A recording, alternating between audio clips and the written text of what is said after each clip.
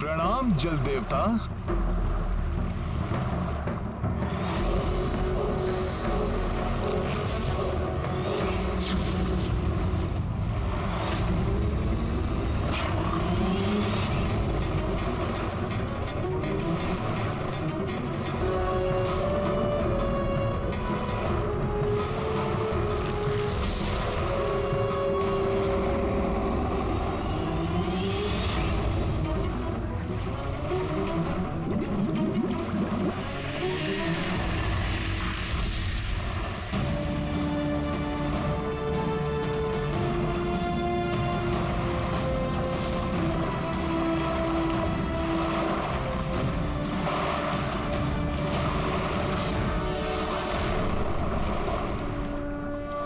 जय श्री राम, जय श्री राम, जय श्री राम।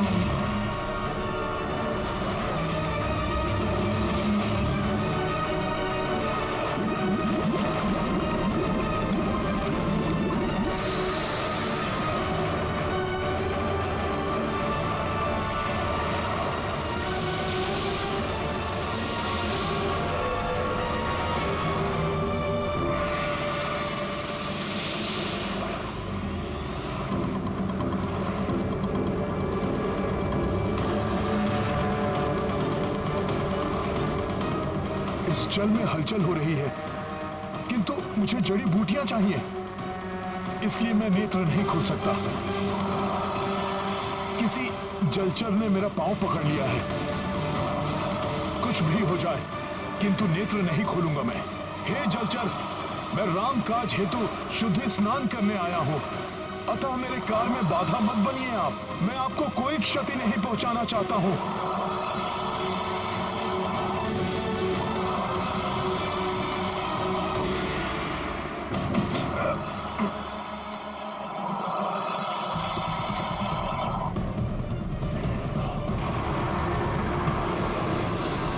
आपसे पुनः विनती करता हूं, मेरा पांव छोड़ दीजिए। मैं आपसे युद्ध करने नहीं आया हूं।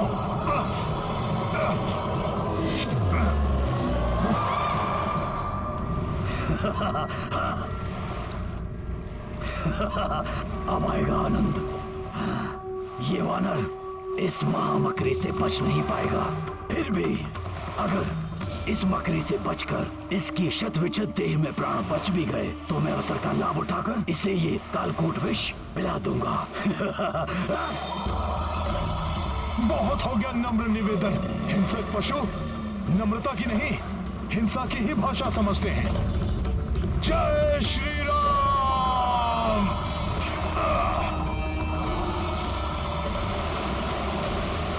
ये मकरी राक्षसी इतना शीघ्र परास्त नहीं होने वाली मूर्ख वानर, तुम बच नहीं पाओगे इससे। हे दिव्य सरोवर, शुद्ध स्नान में मेरी सहायता कीजिए,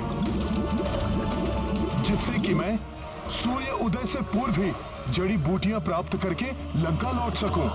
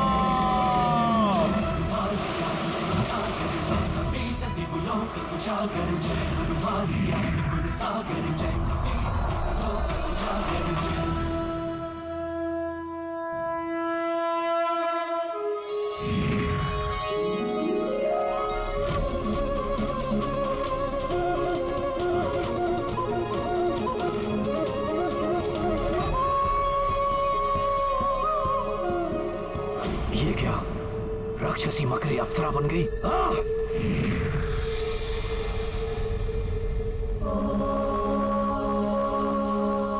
आप कौन है देवी? और ये सब क्या माया है? मैं अप्सरा धन्य मालिनी हूँ। प्रजापति दक्ष के श्राप के कारण मकरी बन गई थी। मेरा उद्धार श्री राम के सच्चे भक्त के हाथों ही होना था। मुझे श्राप मुक्त करने के लिए आपका धन्यवाद राम भक्त हनुमान। धन्यवाद का पात्र मैं नहीं, वो ऋषिवर हैं। उन्होंने ही मुझे सरोवर में भेजा, जिससे कि मैं ये शुद्धि स्नान के पश्चात दिव्य जड़ी बूटियां प्राप्त कर सकूं। क्षमा करें हनुमान जी, जड़ी बूटियां प्राप्त करने के लिए ऐसी कोई प्रक्रिया नहीं है और ना ही यहाँ किसी ऋषि का वास है। श्री राम का नाम लेकर आपको भटकाने वाला वो बहरूपिया ऋषि नहीं, लंकेश रावण के द्वारा भेजा गया मायावी राक्षस कालनेमी है, जो राम कार्य में सहायता नहीं बाधा उत्पन्न करने आया है। यदि मेरे पास समय का अभाव न होता तो उस राक्षस को उसकी करनी का अभी दंड देता मैं। किंतु देवी, मेरे लिए सर्वप्रथम समय रहते जड़ी बूटी प्राप्त करना अति आवश्यक है। देवी, क्या आप उन विशेष जड़ी बूटियों को पहचानने में मेरी सहायता कर सकती हैं?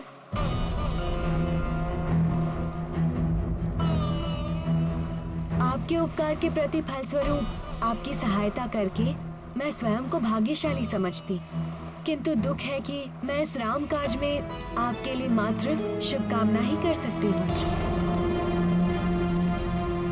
अन्य कुछ नहीं। मुझे क्षमा करें। प्रणाम।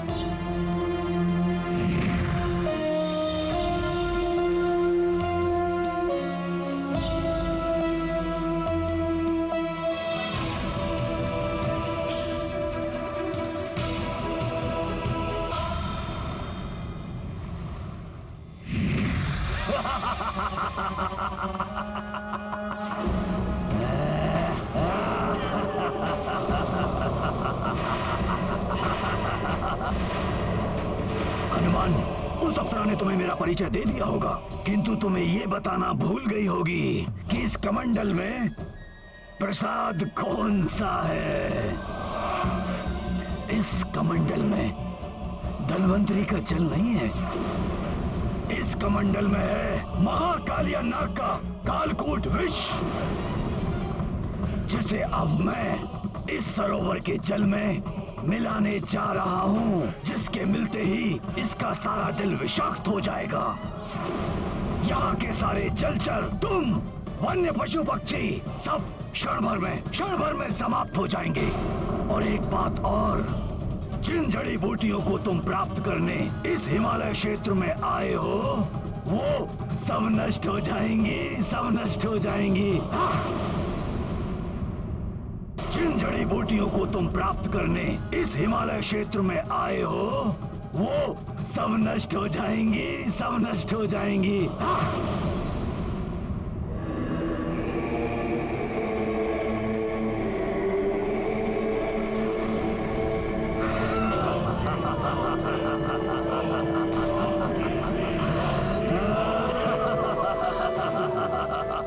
इस राक्षस से युद्ध करने के लिए समय शेष नहीं है। इसी के कालकूट विष से इसका वध कर देता हूं मैं।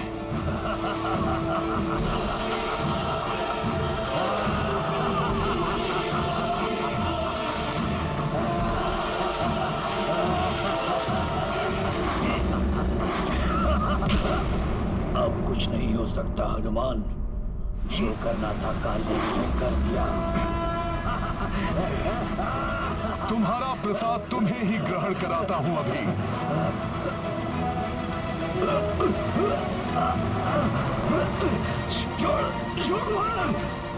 हनुमान के होते हुए वन के जीवों और वनस्पतियों का नाश नहीं कर पाओगे तुम पापी।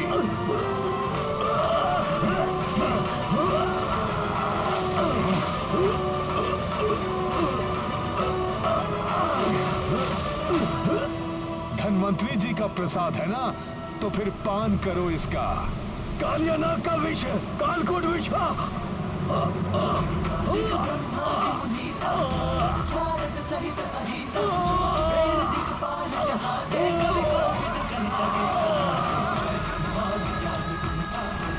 जाओ, तुम्हें मुक्त किया।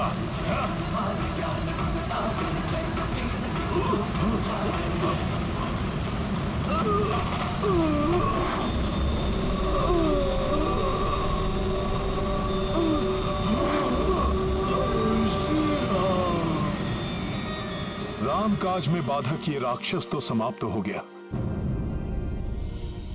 किंतु मेरी दुविधा अभी तक समाप्त नहीं हुई। मैं पहचानूं कैसे उन जड़ी बूटियों को? समय भी व्यतीत होता जा रहा है, क्या करूं मैं?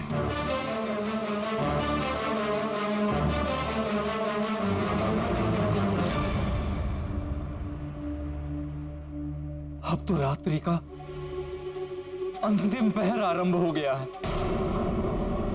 कदाचित हनुमान ने जड़ी बूटियां प्राप्त कर ली हों। किंतु विभीषण जी, महामायावी कालनेमी अभी तक यहां नहीं आया। इसका अर्थ यह हुआ कि वो निश्चित रूप से हनुमान जी को रोकने गया होगा। हनुमान को कोई नहीं रोक सकता। असीम पराक्रम है हनुमान में। देखिएगा, लक्ष्मण भैया और पूरी सेना सहित सबको जीवित कर देंगे वो।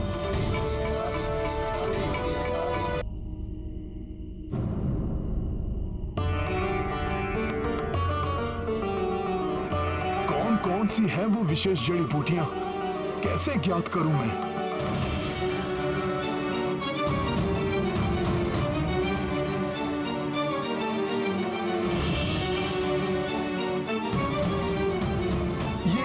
अधिकांश बूटियां तो एक समान ही प्रतीत हो रही हैं। यदि इनमें अंतर ढूंढ भी लूं, तो कैसे ज्ञात होगा कि ये कौन सी जड़ी बूटी है? वहां सब मेरी आस लगाए बैठे होंगे और मैं बूटियां ही नहीं पहचान पा रहा हूं।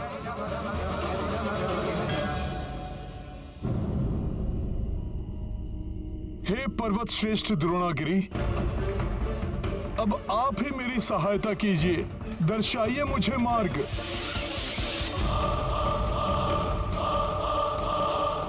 समय तो व्यतीत होता जा रहा है, कहीं सूर्योदय की बेला आ गई तो बड़ा अनर्थ हो जाएगा। भैया लक्ष्मण सहित पूरी सेना के प्राण संकट में पड़ जाएंगे। मुझे शीघ्र ही कोई निर्णय लेना होगा।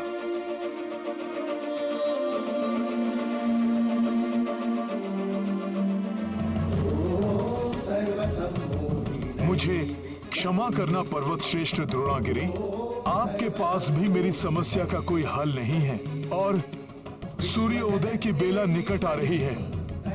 अतः उन जड़ी बूटियों को ले जाने के लिए मेरे पास अब एक मात्र विकल्प ही शेष है, आपको यहां से विस्थापित करके लंका ले जाना।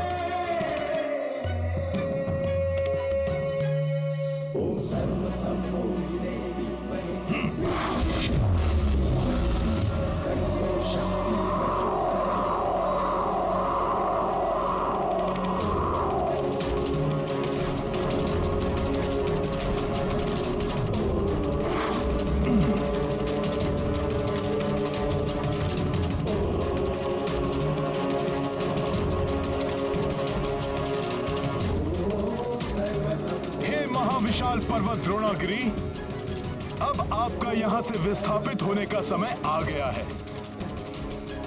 इस पर्वत पर स्थित पशु पक्षियों रामकाज के लिए ऐसा करना आवश्यक है हमें। अतः आप सबको होने वाली असुविधा के लिए मुझे क्षमा करें।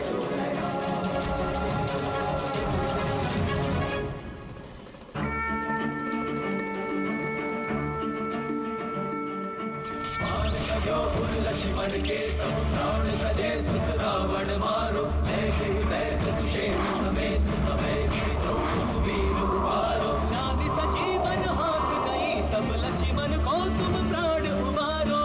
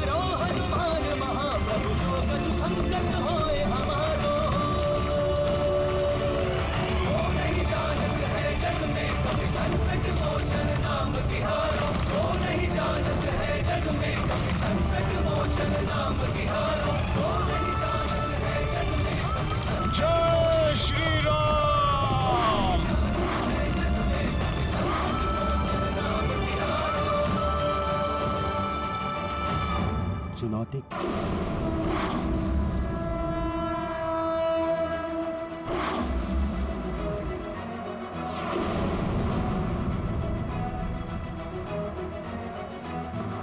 ये अकस्मात ही मुझे आकाश के इस क्षेत्र में दिव्य सा एक सुखद सा आभास क्यों हो रहा है?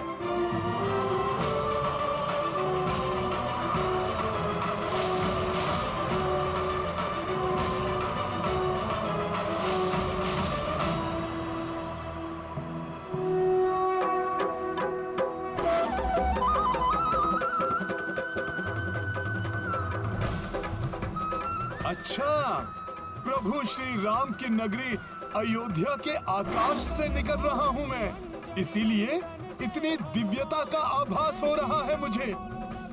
जय श्री राम। अब शीघ्र ही लक्ष्मण भैया स्वस्थ हो जाएंगे, माता सीता मुक्त हो जाएंगी, फिर उनके साथ ही इस पुण्य धरा का मैं स्पर्श करूंगा।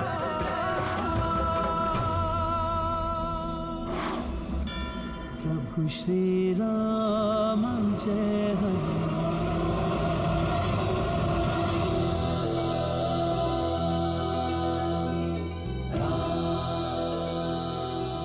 भैया श्री राम, अयोध्या सूनी हो गई है आपके बिना। सूना हो गया है आपके अनुज भरत का जीवन। अब और विच्छोर नहीं सहा जाता। जैसे जैसे आपके वनवास का समय समाप्त हो रहा है, दिन के 4 प्रहर भी 4 युग के समान लगने लगे हैं। कब इन मुरझाए हुए नेत्रों को दर्शन देंगे भैया? कोई समाचार, कोई सूचना नहीं, कहां पर है, कैसे है? कोई समाचार मिल जाता तो भरत के संतप्त मन को सांत्वना मिल जाती।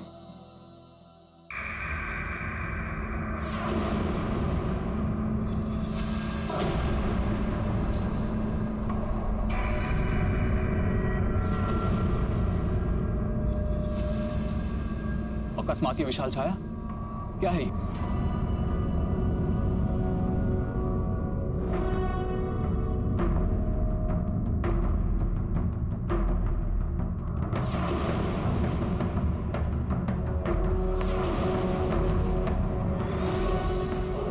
अवश्य ये कोई मायावी दानव है जो इस विशाल पर्वत को लेकर अयोध्या की ओर उड़ता हुआ आ रहा है।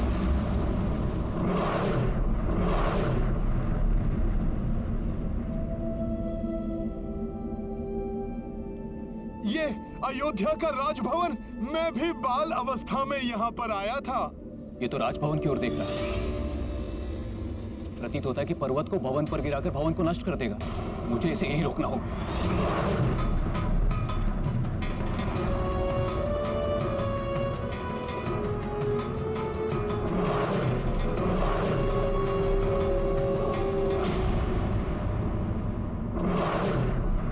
मुझे विश्वास है प्रभु के चरण पड़ते ही ये समस्त अयोध्या नगरी प्रसन्न हो उठेगी। दीपों की जगमग से आलोकित हो उठेगी अयोध्या।